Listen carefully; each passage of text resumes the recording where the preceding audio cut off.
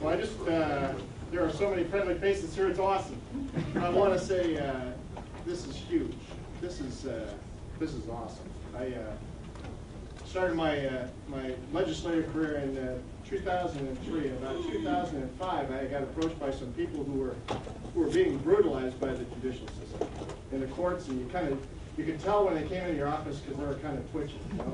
And it was like, when you first start listening to them, you kind of go, man, these people are helicopter, you know, they think there's helicopters everywhere. But when you start to listen to your story, you start to figure out why.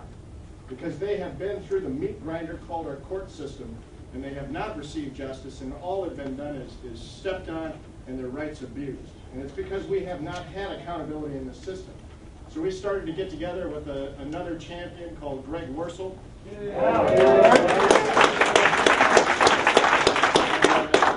number of others, Tim Kinley, and some others who have just been heroes in this whole process.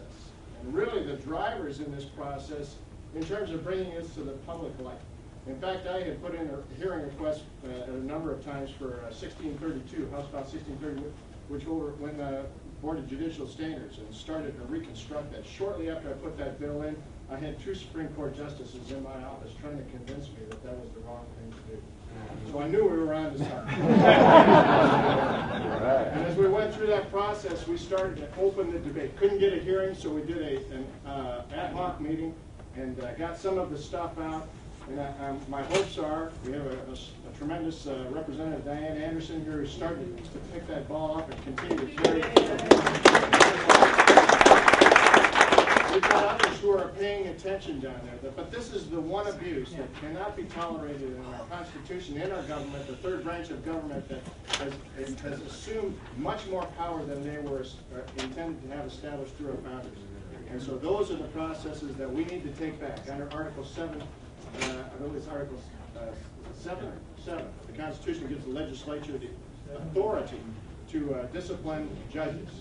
And just as a side note, I had mentioned this to a couple of judges at one opinion, at one particular meeting, and they said, well, there's separation of powers, you can't do that. It's in our Constitution.